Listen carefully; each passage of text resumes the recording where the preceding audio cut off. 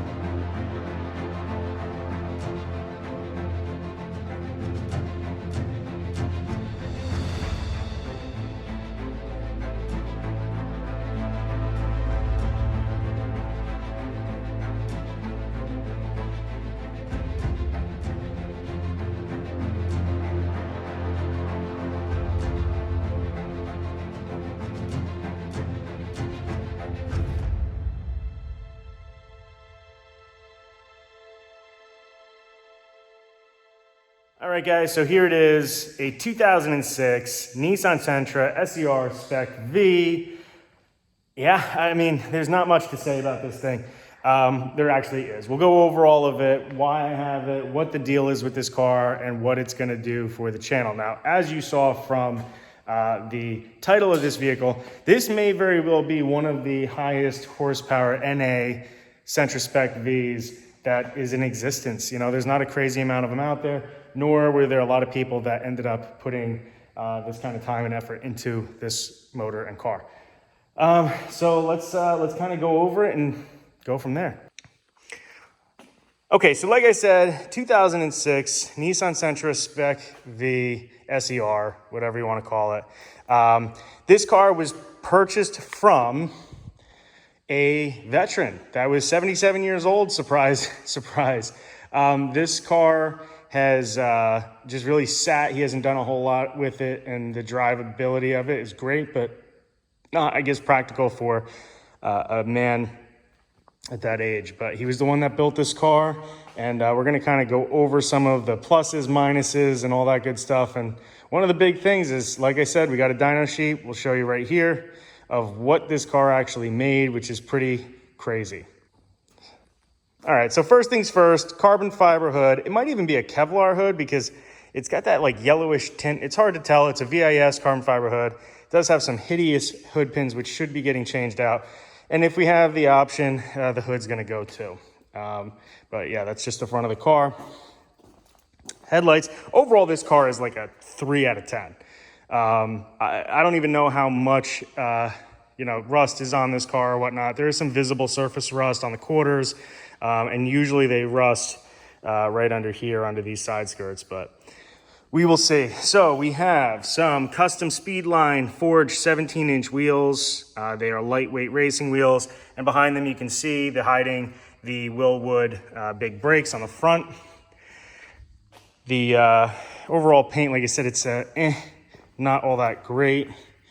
These cars were 4 doors, so you got a nice little sedan, decent boot, and this car actually has a vibrant, I don't know if it's a full exhaust or it's probably just a muffler, because at the time, that was kind of the thing. You just put a muffler on it. Inside, it is dirty, it is crusty. The guy literally just sold it as is, not been cleaned, hasn't been touched.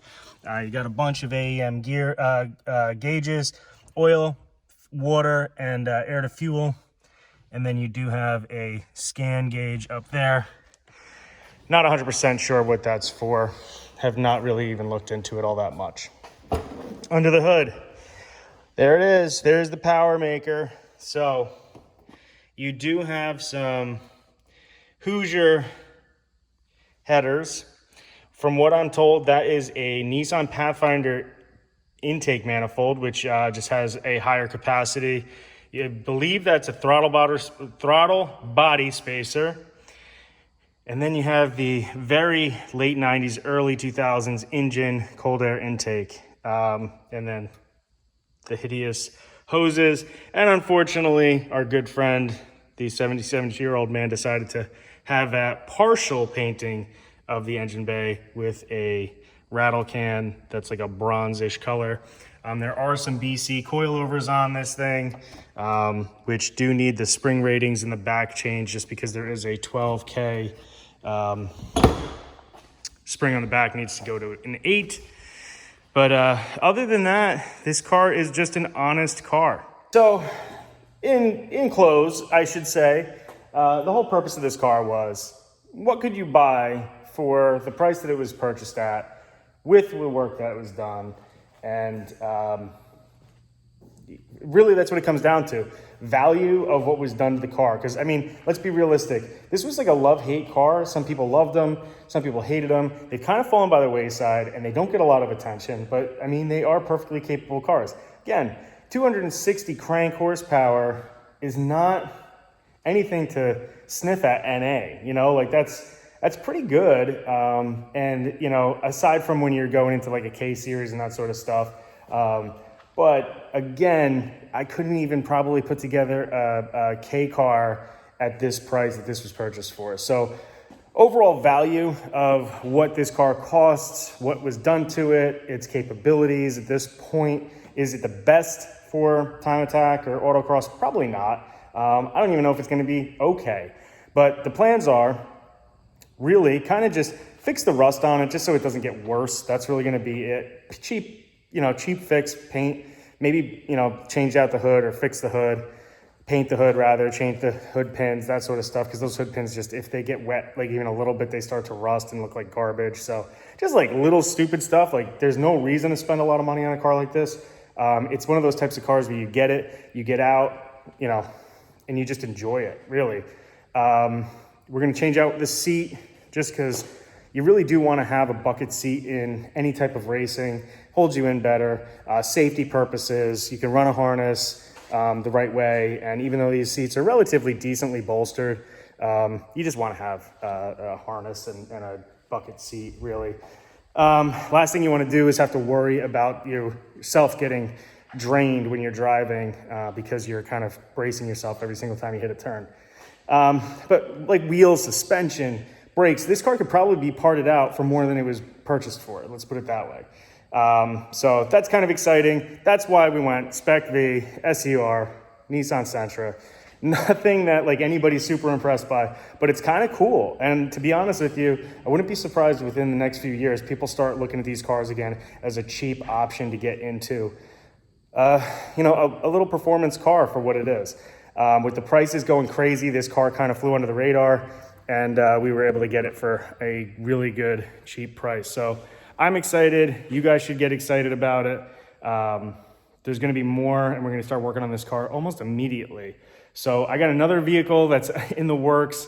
So a lot going on the channel right now. Some more updates. I'm hoping to get the MR2 back, or at least to a different shop at this point. Try to get it back on the road sooner than later, because that was originally going to be maybe my entry-level track car. But after finding this thing just makes so much more sense. So with that being said, get in the comments. Let me know what you guys think. If you guys have any experience with them, if you guys know anything about them, if you've even seen this car, comment. Let me know. That's really it. You know the deal. Like, subscribe. I'll see you guys soon. Take care.